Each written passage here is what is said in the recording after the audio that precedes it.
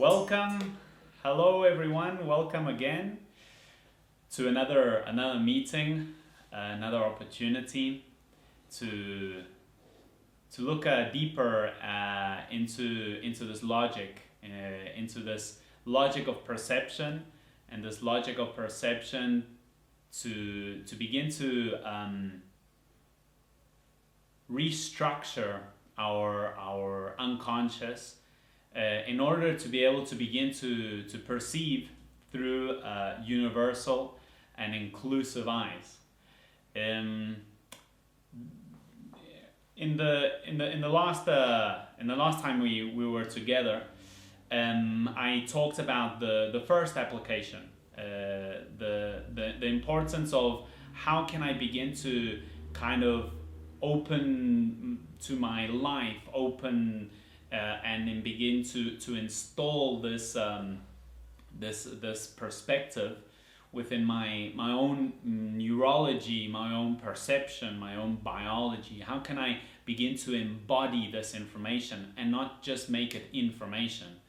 So we had that first presentation, that first application, which was the night derivation, and it is something which I recommend you to do it every night during the process. There's no ending to the night derivation. There could be a beginning point. The beginning point is that authentic self-referential decision of becoming absolutely available to that original point, that universal observer. And for that to begin to filter through and restructure and reorganize our unconscious and begin to expand our perception towards that understanding, that convergent logic. So every night is, like I say, it's a death, which means it's a new opportunity, it's a new day. So we die at night and we have a new version during the following day, yeah? That is something which is important in this process. We do have a moment where we establish that communication with that original observer, but there's no ending point, there's no like reaching point, there's no I am enlightened, I have done it. Every day is going to be a new opportunity, a new version of a new perception, a new expansion of our awareness. Because if it isn't like that, there's no purpose really in existence. If there's no more expansion, the purpose would make no sense, yeah. And there's no ending to the expansion. The origin, the emptiness, nothingness has an infinite capacity to expand its awareness, yeah.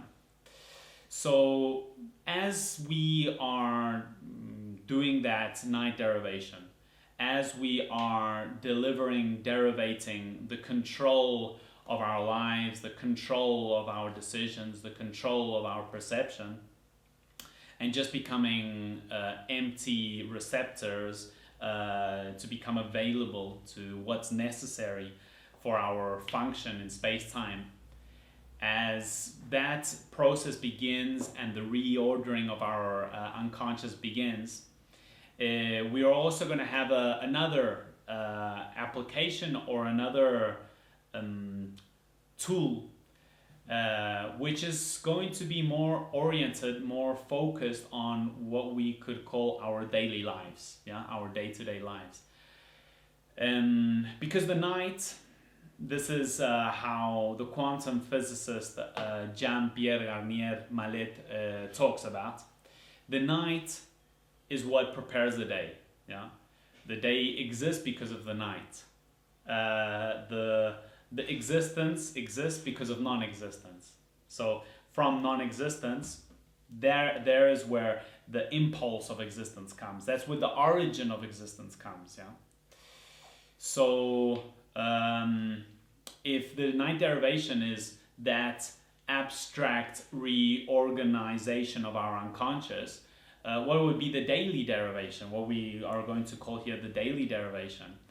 And well, that is going to become kind of like the process of accompanying and becoming conscious of that which is occurring in our fastest planes of perception within our unconscious, yeah, that which is occurring from within the fourth plane upwards, yeah, where we do not have a conscious control or processing over it. It just kind of happens within those invisible planes of frequency, those invisible speeds for us. But that is going to begin to reorient this, our unconscious and the potentials, of course, from this perspective, from the perspective of origin. But there's gonna be a point where it's going to begin to filter through and come down, yes?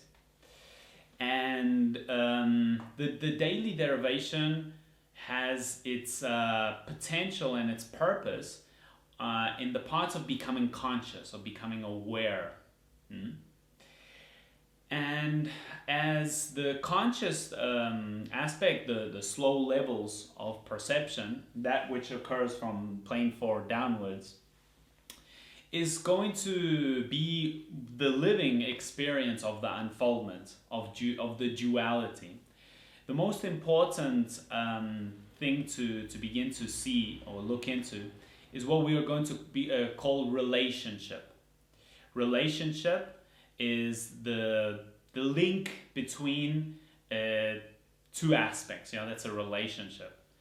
And the most important relationship we are going to underline here is the relationship between the observer and what is being observed. Yes? So how is the observer perceiving the external observation, the external reference and the external circumstances? So the key is to begin to mature the way that we are relating and we're having a relationship with the world. And that means everything. That is the relationship we have with our closest friends, closest family, the relationship we have with our work, the relationship we have with our, as I said, everything is a relationship within the conscious levels, yeah? And how and from what logic are we establishing that relationship? So the key is that within the folded, within the divergent logic, within the self-protected identities, the relationships which are occurring are mainly based on conflict. Or conflict, or a kind of certain resolution of the conflict. But the conflict is mainly due to one very important aspect, which is what we are going to call the era of perception. And what is the era of perception? What is the era of the human perception in this case? The era is the belief in, or the identification in, separation. So one thing is to perceive separation. Like I am talking to the people who are listening to this program. There is a separation there. I am different to my son, I am different to my wife, I am different to my friends, in the sense that we are not in the concrete aspect. We have different biological receptors with different frequencies, and there is a separation there. But the era of perception is not only separation, because I can perceive separation, but maybe I'm not identifying myself with that separation. So the era is the identification with the separation. And when we identify with that separation and we see ourselves as an individual isolated being separate to the rest, yeah, we are going to begin to have, because we forget our original point, we forget that when is the perception of separation, when is it not a conflict, when is it not an era? When I know that I'm perceiving a separation, but I understand that what I am perceiving separate or different to me actually is me. There is no real separation. When I understand that, and when I have that integrated within my neurology, when I have that well installed within me, I can live separation, I can experience separation, but no longer am I going to be caught in what we call the era of separation. Because I understand that there is no real separation between me and my relationship with the world. I know the point which originates everything. And that point includes me and everything around me. Yeah? So there is a perception of separation without an era of era of perception. But the era of perception begins when we have actually forgot about the point that unifies us all. Whenever you forget about your origin, when you forget about the points, the initial points of something, that is basically going to make you get lost. Just imagine and you were walking in the woods and you just kind of forgot where you started. You are easily going to get lost and you're easily going to be going in circles. So what do we have to do here? When this process begins, this dismantling, this just change in the logic of our unconscious and our perception, the relationship between the inner world and the outer world, the observer and the observed, is going to be always a good opportunity for us to realize the era of perception. That means where we are still identified with our separation to the world. And basically we are going to discover that through the conflicts, through our conflicts. Because a conflict is only possible when there is an era of perception, which is identifying with a separation. If not there, it's impossible. The conflict is just logically not possible, not sustainable. So to begin to dismantle the divergent logic, which is keeping our identity and self-protection, we have to begin to recognize the eras which are still kind of embodied and still part of that identity. This is what we are going to be calling the exploration of the era. And this is a very important point because the key is not to deny or eliminate the era of perception. The key is to be able to recognize it. Because once we actually are able to see that era, we are going to be able to transcend that era. Because that era of perception also is our border, our frontier of perception, our limitation of perception. And the only possible way of expanding that border and expanding that limit is for us to be able to recognize it, to see it. So the daily derivation is kind of a process. It is the daily living of the recognition of the eras of perception. Just recognizing it. Because the era actually the era and the conflict is actually going to be our greatest opportunity. It's going to be like the pearl of expansion. And what we've normally been doing as humans is trying to do a practice, trying to do an exercise, trying to use a tool to eliminate the era, to not have that era, to not look at that era. Which is causing the conflict and which is finally causing the suffering. So the era is the great opportunity, and conflicts are the great opportunity, because this is the thing. It's not about avoiding conflicts. It's not about avoiding the era. It's about being able to recognize them, and from that recognition, we have the great opportunity of expanding our limitations of perception. because normally when we've seen an error or when we see a conflict, what we basically do is we try to avoid it. We have this resistance to deny it somehow. And we can deny it in different ways. We can avoid it in different ways.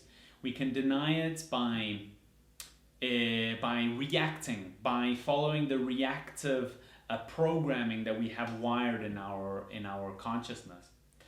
And that when we are actually reacting and supporting that, we are just kind of affirming and confirming that neurological network. So here it's not about the invitation is not about so much reacting as much as we can begin to recognize it, because when you recognize it, there you have a decision. You have the decision of, do you want to believe in what you've recognized? Do you want to identify with that? Do you want to put the program into play and unfold it? Or do you just want to become aware of it, become conscious of that limitation, of that error, and just see it and allow it to live it? Live it, because that error of perception, what it's going to be doing is it's going to be creating a friction. It's going to be because we are kind of coming to the limits of our perception, and when we come to the limits of our perception, to be able to give birth to a new perception, we have to go through that breaking the limits of that out of date perception. Yeah. So that capacity is a conscious capacity. That is something that we're going to be doing in the conscious levels. Yeah. And remember, which are the conscious planes which form our perception? Well, one is our identity. Our identity is built on, well, the past, the memories, the belief systems, the values, so on and so forth. And that is actually going to be establishing the mental possibilities, yeah, the mental capacities, the mental perception, neurological perception. And that is also going to be having an impact in our emotional planes, yeah, in our emotional and our energetic planes. And finally, that is going to have a reality in our physical and biological body. So what do we have to become aware of? What do we have to become conscious of? Well, when an error of perception is being activated, like when it's very easy to recognize the errors of perception. And the author who has helped us a lot to place the logic of the errors of perception is Dr. Hammer. Dr. Hammer, the German doctor who is the founder of the Germanic New Medicine, and he kind of synthesizes the four main errors of perception that we have based on the evolution of the four embryological layers and our brain construction. So basically, when we identify ourselves in separation, we are actually going to be doing the following. You know? We're going to be looking at the outside world as the problem. And we need something outside of ourselves to give the solution. So the problem and the solution is outside. That is what we call external reference. That external reference is the basis of any divergent logic. So when there's a conflict, let's say a conflict in your house with let's say your wife or your husband, the divergent logic is always going to see that person is to blame. And that person has to change. And we have to look for some external tool to change the problem, because the problem is out there. Or I'm right and that person's wrong, or that person's right and I am wrong. But the key thing is that when two people meet together and there's a conflict, it's an opportunity for both of them to solve that conflict, solve that program, that error of perception within themselves. And always the conflict is going to be based on four possibilities. One is that external factor is threatening my survival. And so I have to survive. That means I have to use the best tool of survival that I have. That could be fight, that could be flight, that could be running away, or that could be attacking. But I have to react, I have to use my past memory to give a reaction solution to that problem, which many times is just a perception. And if it's coming to you, it is always because there is something within you that is making that come to you. That's the important thing. So there's no such thing as a kind of external enemy. There's no such thing as a baddie, as a goodie. There's no such thing as that. There is just an error of perception, which can only be given a solution within ourselves. So that is the first possibility. That is like the most basic reaction solution program we have, the survival program. Yeah. The second one is going to be protection. I have to protect myself. I have to protect my children. I have to protect. So the world is a threat, and I have to protect myself. Yeah, or I have to attack, or I have to defend. Protection. The third one is going to be to compare or compete. I have to be better than others. I see that I am in the right path when I compare myself with the rest, and I am the winner. Or I'm not in the right path when I compare myself, and I am the loser. As you can see, these different programs within the evolution of our brain are always based on external reference. Yeah, it is actually putting our identification of our perception outside. And the fourth is what we call the filling of the missing part. That is that something out there is going to fulfill me. There's an emptiness within me, and something out there is going to something is going to complete me. Something is going to fulfill me. And that could be my job, that could be my wife, that could be my children, that could be the house of my dreams, that could be my mission. All those things that we're doing constantly to be able to reach a kind of feeling, reach a wholeness within us. But this is what we are going to recommend here, is for us to see those programs of how they operate, but not to believe them, to be able to recognize it, to be able to see it within us, to be able to live it. What does that mean, live it? To be able to see the story we're telling ourselves in plane 3, in our mental plane, to be able to feel without identifying, without believing the motions that is creating within us, and to be able to notice how our body is responding to that, but without a reaction, but also without a repression. Because when we're doing a repression of that which is happening within us, that is also a way of reaction.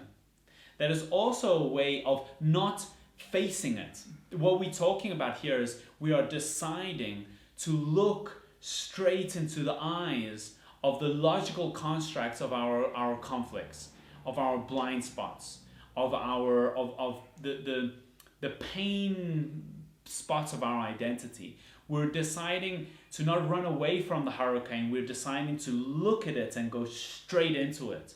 Because when we go straight into it, that is actually when we're going to be able to dismantle it, when we're going to be able to integrate it. So the main key of this daily application is recognition is is to look straight into it. So when we have an emotional feeling of being rejected by someone, which is basically why, because we're comparing ourselves to some need, something that that person should have given us, yeah, and we feel rejected, what we're going to do here is look at how our brain is telling us the story of that rejection. Feel the emotions that are occurring as a result of that rejection, and seeing how the body is responding, but not believing it, not identifying with it, just seeing it, just allowing it, just giving it space. Because what we're doing there is discovering and seeing the error of perception, which means that we are seeing what we are not. That is the error. The error is allowing us to see what we are not. And that is the jumping point to be able to expand our awareness of what we are, you see? Because we cannot stop being what we are. But what we can do is, let's say, create an illusionary perception of what we are not. And by contrast, we begin to discover who we are. So the daily derivation is recognize those errors which activates within your brain and your emotion and your body. Allow to observe them, to live them, to feel them, yeah? And once we've been able to recognize it, and once we've been able to observe it fully until there's no more to observe, there's no... The story in the mind has stopped, and the emotional aspects have stopped, and everything has kind of gone back to its normal place after the observation point. There we are going to do the following. We're going to do a daily derivation. A daily derivation is, after seeing it, I am going to doubt my perception behind that error of perception. But this is the thing, we cannot consciously undo it, because that error of perception is occurring within our unconscious. The only thing we can do is consciously see it, because that is already there. It's already in our unconscious. And it's going to kind of repeat within the unconscious. It's going to repeat the same mechanism until we are able to see it straight in the eye. And really kind of have a look at it in all its angles, emotionally, mentally, and physically. Just observe. There's nothing else to do in the conscious level. But we don't have to try to undo it consciously, because our unconscious cannot do it. It is a very small percentage of our perception. But what we can do is we look at it, we observe it, and we make the conscious decision of doubting that perception, not believing that perception, and derivating it, delivering it, seeing that that is in me, but that is not me, and it's just going to go away. It's going to begin to break down, but we have to kind of just derivate it, not try to give a mental solution to that, not try to use analysis, not try to use interpretation. Because whenever the brain, the conscious brain, is going to try and give a solution to it, it's going to use what it knows, which is its past, and it's gonna try and give a solution with a tool which is not capable of giving it a solution. The mind cannot give a solution. It can contemplate the solution. It can perceive. It can observe the solution. The same way it can observe and contemplate the error, it can do the same with the solution, but it has to have the capability of becoming empty. And for that plane 3 to become empty, it has to be able to just let go, and let go of the perception, let go of my belief behind it. Just let go. I see it, but I don't believe it. I let go. Whenever it does that, that is a derivation, and we just become empty and available.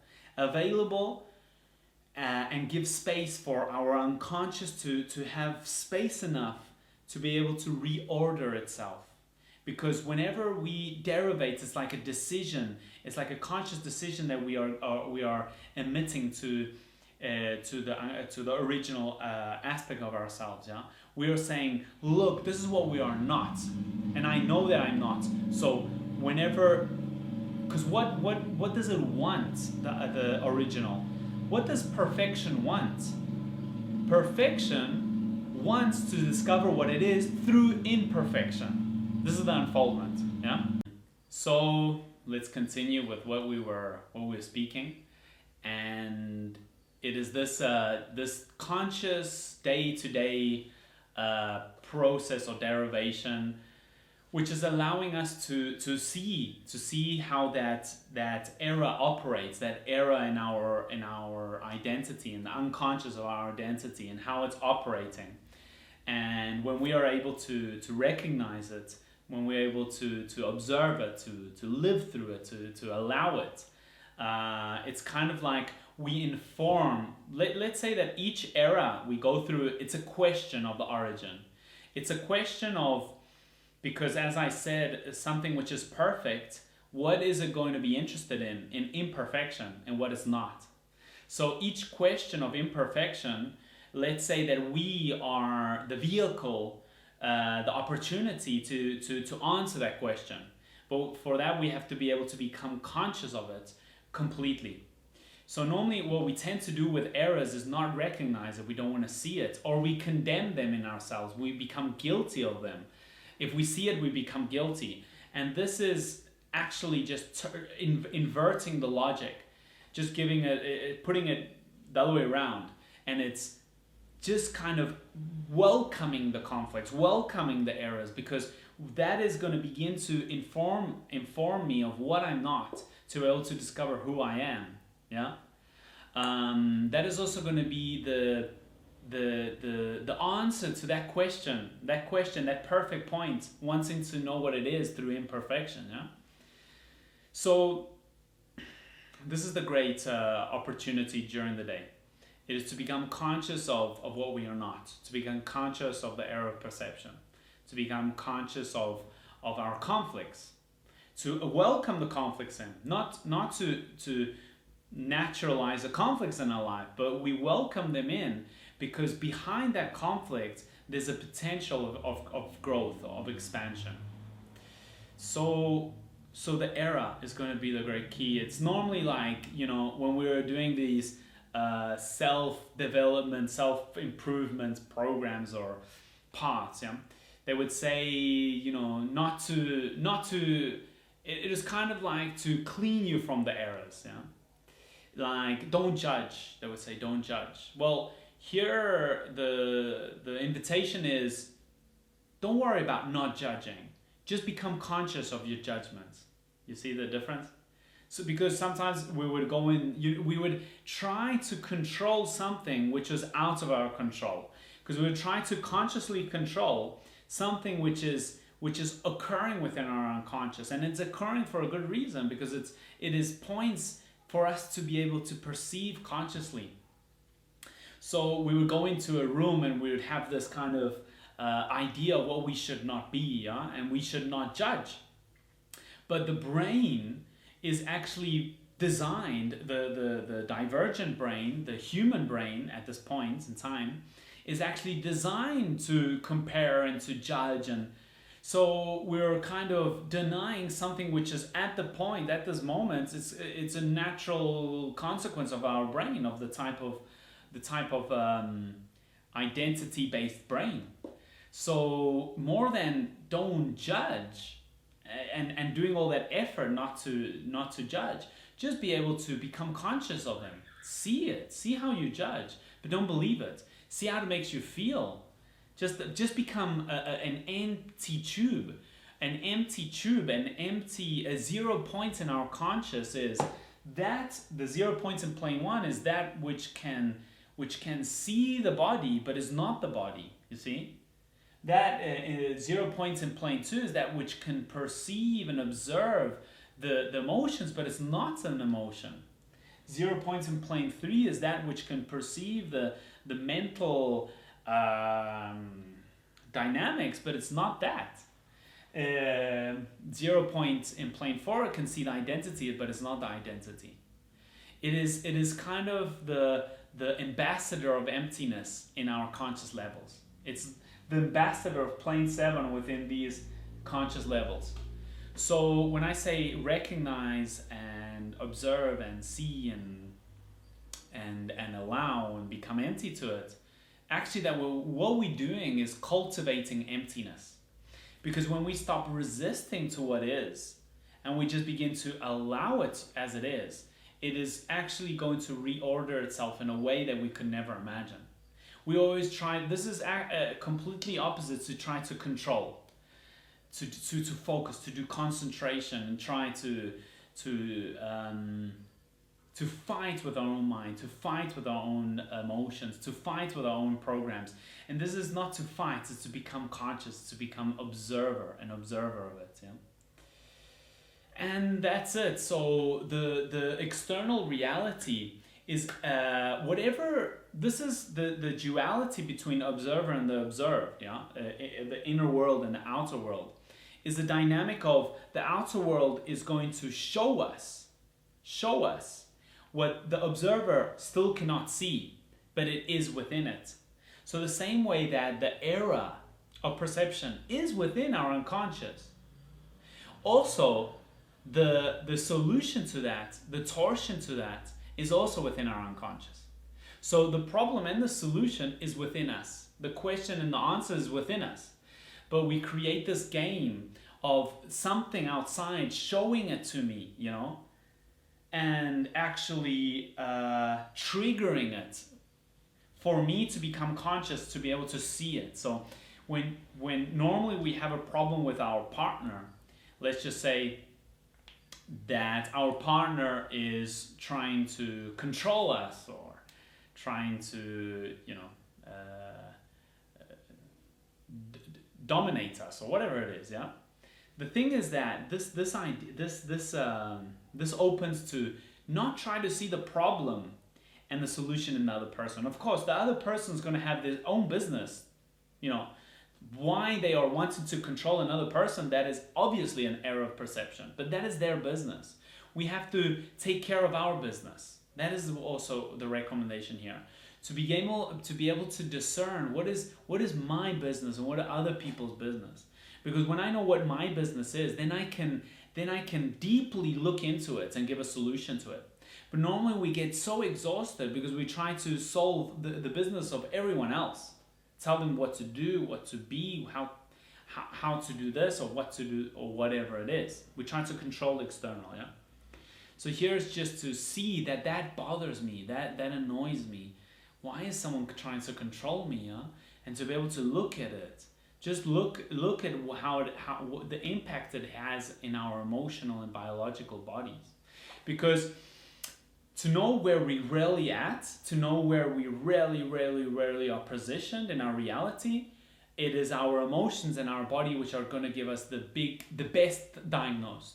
Our mind is not going to be such a good diagnose a lot of times because it can create a loop story, it can create something which is fictitious, it's not true. So imagine that suddenly there's a situation that occurs and I see my girlfriend talking with other boys, yeah, and suddenly the program of jealousy triggers, yeah. Well, the first thing I'm going to do is recognize that is triggered. But when I say recognize, I say don't identify. That means jealousy is triggered within me, but I am not jealousy. I am the conscious observer of that jealousy happening, yeah? So we have to begin to distinguish that. And that's what the error is. It's showing us what we are not. So we become jealous, which of course jealousy is a comparison and competing. It is an effect of an error of perception that girlfriend of mine is mine. And those men which are talking with her are enemies, are threats. So I have to first recognize that I'm going through that jealousy, and then I just have to observe, become consciously observant to how that is operating within my emotional and physical body. Because that's going to tell me the truth, you see. My mind can come up with a whole bunch of stories, yes? That really I'm not jealous, it's just I'm tired and blah blah blah. The different mazes that the mind creates. But 2-1, like I say, 2-1 is the loop. It's the magnifying lens. Like if someone says this is clean, and you really want to make sure that that's clean, you're going to use, let's say, a magnifying glass to see, and you see that there's still some dust on it. Yeah. Well, the emotions in our body are going to be that magnifying lens to tell us that there's still dust, there's still an error, there's still something we have to see there. There's still a limitation, there's still a margin of error. So the external world is going to begin to, especially in this process, it accelerates a lot. We have to begin to see where we are protecting our identity. And it becomes very accelerated. Life begins to organize in a way that our identity cannot escape. It has to just see it. There's no more hiding anymore. That is the invitation. No more hiding. It is actually total sincerity, total honesty to where I am and to see what is the program operating within me. Yeah, because that's the only way I can torsion it. I can integrate it. Yeah. But this whole thing is not only about seeing the error. Because when we see the error, we're seeing what we are not. We're seeing the limitations of what we're not. But behind the error, curiously, behind the error, there's also a filtration and information of what we are, of an expansion of what we are. So when we are able to consciously recognize the error, observe the error, see the error, and derivate it, that is going to begin to kind of order itself in our unconscious, and it's going to filter through. And suddenly, from seeing a conflict, we're going to be seeing an expansion in our awareness. So from seeing what we are not, we're going to begin to have more photograms, more pixels of what we are. And this is the dialogue of the error is also going to be informing us, when we're able to see it, of our new version, our expansion in consciousness. So whenever you are living through a conflict in your life, through error perception, that is actually informing you that you're very, very close. You're very, very close to coming to a new perception, an expansive perception. But the question is, are you going to be able to perceive it without being it? Because when you identify with that conflict, when you identify with that error, that means you're not observing it and you're not seeing it. You're not seeing through it. You are it. At that point, you are it. And when you are it, that means you're validating it. You are confirming it. So it has to repeat again, yeah? So whenever let's put this analogy, each error is a question, yeah? And when we are able to look the question, what is the answer to the question? It's reality. So always reality is the answer. Reality, whenever we want to change reality and we want to make it different, we are not able to seeing the answer. The answer of what we're not and the answer of what we are. So reality is the answer. We have to become available to reality. All reality has got a purpose behind it. And this is what we have to begin to open up to, yeah? And what happens when we derivate? Well, that is going to reorganize itself and come to us like a eureka, like an intuition, a new vision. And suddenly, from that era, which gave a lot of noise in our mind, when we're able to quiet that noise by being able to allowing that conflict, then we have silence, we have emptiness, and when through that silence and through that emptiness, we have the possibility for our unconscious to inform us of a new vision. And this is how the great scientists, the great entrepreneurs, pioneers worked. You know, they didn't get lost in the problem. They saw that behind the problem there was a solution.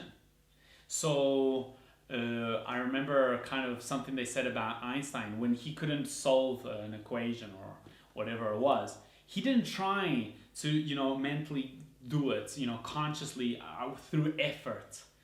And that, like I said, it's not an effort. He just saw that. We saw that he wasn't able, he didn't understand it. It was his limit. That is like informing us as a receptor to the origin. This is where I am. This is my limit. We're always going to have a limitation in our perception, but we have to recognize it.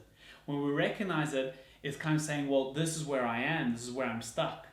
But he would just let go. He would, in his way, he would just play the violin.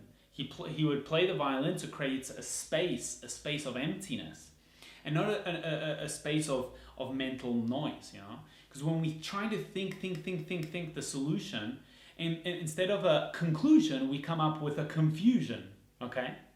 So we just see it, we live it, we derivate it, we don't look for a solution, we just kind of we become open. And suddenly we see a whole new world behind that. And that's what happened to Einstein, that suddenly with the violin, and he would see the answer. So here the solution or the answer or the new version, we don't have to look for it. We don't have to work for it. We don't have to do an effort towards it. We just have to become available to it. We just have to become empty to it. And what's avoiding that emptiness is our identification with the noise of the error of perception, the self-protection of our identity. So when we're able to go through that noise, we become empty and silent, and there, a new version, there, eureka, there, expansion. That's how this dynamic is actually working, So it's not a real effort, is it? It's just recognizing what's there, just recognizing the judgment, the hate. You invite it all. You don't judge any of yourself. Even the judgments on yourself, you invite them in. So it is the daily. It's like a total letting go. It's a total allowance to what is, because what is can be distorted, of course it can. Because what I'm living is that I feel jealous. That's the distortion. But what is, when I allow to live through it, and not so much through reaction or repression, when I'm able to look through it, then something new is going to come, because I have space, I have emptiness. And in our unconscious, there's new versions, infinite new versions. But the new versions come when the question has been answered. And the answer is that we live through that present, through and through. We live through it, through and through. So, we also call this ping pong. We call it a ping pong. So, ping is the derivation. It's like derivating to the unconscious, to my abstract, my faster planes of perception, ping. And just becoming available and allowing that to reorder. And pong is when that kind of comes back to you as an answer, And there's many ways of living this. Maybe the pong can be very silent, but just you realize that I don't have that conflict anymore. I don't have that way of always comparing myself and becoming and seeing myself as less or more. It just kind of goes away. Why? Because I recognize that within me. I observed it through me. I lived it through me. But I doubted the perception, and I just became available to a new perception. But then sometimes, as I said, or as I ask a lot of times to people, is that what happens with your life when it's not about giving a solution to a problem? What happens when your life is not just a problem to give a solution to? Well, what is going to be? What is going to happen? Well, we're going to be open to a whole new potential of awareness. Because instead of seeing problems and conflicts, we're going to begin to seeing purpose, and begin to seeing the interrelated synchronicities, the interrelated purpose between all the elements. Because when we are in an era, we see very little. We see very, very little like that. But when we're able to see that era, we begin to expand our perception. And from just seeing one very small little piece of what is available, we begin to see more. We see that tree is connected with that. We see the interconnection of everything. The logical interconnection of everything, not the energetic interconnection of everything, the logical interconnection, synchronicity. So synchronicity comes when we are available.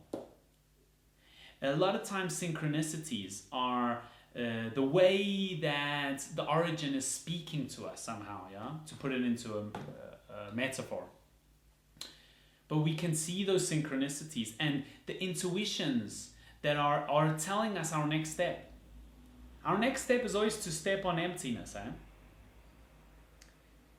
But we see that next step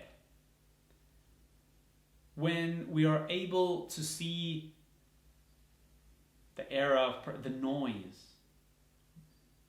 When we see the noise, not try to eliminate the noise, because we can't consciously. When we see the noise, when we see my conflict, when I see my jealousy, when I see my fear, when I see the self-protection of my identity, when I see his immaturity, when I see that, I'm able to go beyond that. When I see the limits of my border of perception, I can go beyond the limits of my perception.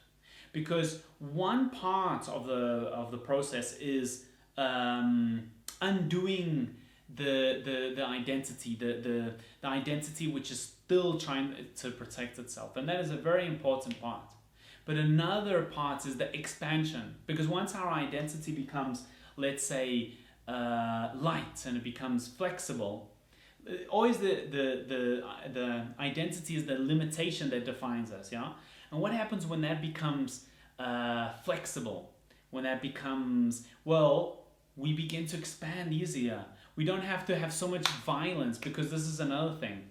When we are not able to see the, let's say, the error in the small, subtle things, then our unconscious is going to make us see it in bigger things. So if we cannot just see it within our own self, then we're going to begin to see it in others. And then if we can't see it in others, we're going to begin to see it through accidents, through violence, through illnesses. But that is not necessary. Illnesses are not necessary. Violence is not necessary. If we are able to see it logically, consciously, and to see that I am not that, then we can expand without violence. This is a great possibility, but sometimes we have to recognize that we are not able to do it, so we need a bit of difficulty. We need something to come and slap us in the face. We need that. Sometimes that's how it works. And sometimes it's going to be so intense, the conflict, that we're not able to recognize it and observe it. We're going to react to it, and that's not a problem. That's not a problem. Because when we're not able to see it, we experience it. And when we experience it, what do we know? That's where we are. That's where we are still at. And there's no problem with that, because we become honest with ourselves. This is what we stop trying to be in places that we are not. You see, we become in a total honesty. We become completely coherent with our process, and this is the key. It's not about comparing. It's about becoming coherent with my own process, and from that coherence, we can establish an honesty with where I am, where I'm still trapped in. Where are the blind spots of my identity, and when we begin to see beyond that, we begin to see the purpose behind things. What happens when we're not seeing the conflict in a relationship? We begin to see the purpose in the relationship, because that is the real reality behind a relationship. It is the purpose of a meeting, of a link to expand perception. So when I'm talking with someone, actually what I'm doing is I'm understanding a frequency of myself that I can't see yet, but through that person I'm able to see. When I have a conflict with someone, what I'm seeing is something that I have not been able to resolve within my programming. And that is a great opportunity. The world doesn't become an enemy. The world becomes a constant relationship of purpose, of expansion, of perception. And this is the possibility, yeah? So just to sum up, if you want, we can put into kind of steps. We recognize the error of perception. That's the first part. If we cannot recognize it, we cannot observe it consciously. But when we recognize it, we can observe it consciously. We can see it and how it functions in our mind, in our emotions, in our body. And once we've been able to, because that is actually, what is it doing that? It is allowing it to be. So it dissolves the resistance. It resolves the friction of it, the resistance. The suffering stops when we let go and we just see what is happening within us and outside of us. And there what we do is, I can see it, but I don't believe it. I doubt my perception. I derivate my perception.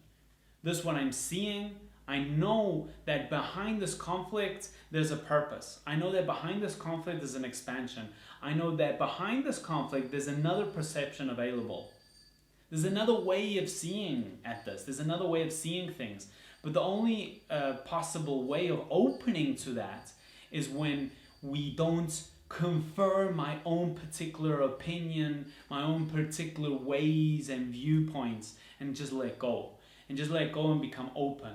And that reorders itself in the unconscious from the point of view of the origin, and it filters through a new version and expansion. So what is the daily derivation? It's the recognitions of what we are not, and what we are. Because we're going to see through the error, we're going to see what we're not. We are not jealousy, we are not survival, we are not fear, we do not need to compare and compete ourselves, because we all come from the same origin. It's ridiculous. But we have to see how that works, One thing is understanding intellectually, and one thing is to change the neurological and biological physicality structure which is sustained in that perception.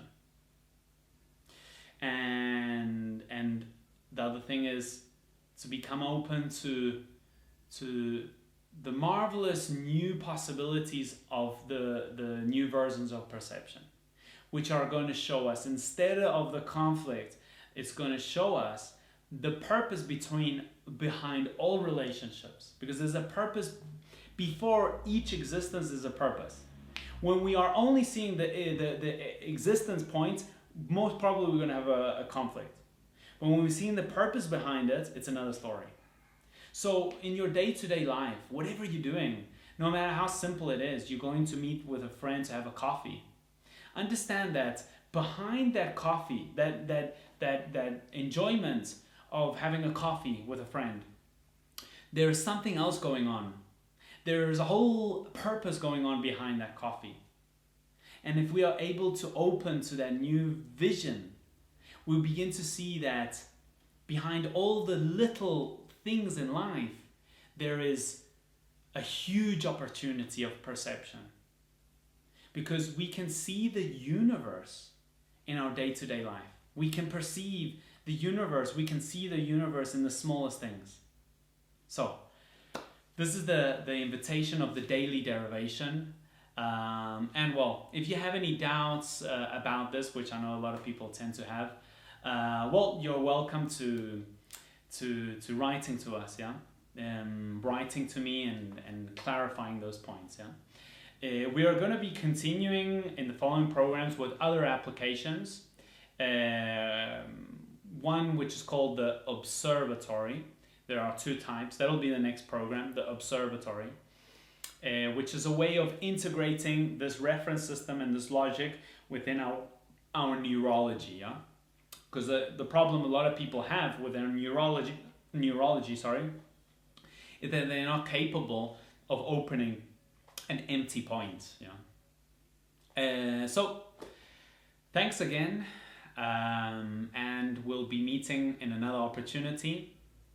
And enjoy the process. Enjoy the process of, like I say, of death, of the dying of our identity, and of the new birth, the new perception, the new version, the expansion. Thanks a lot.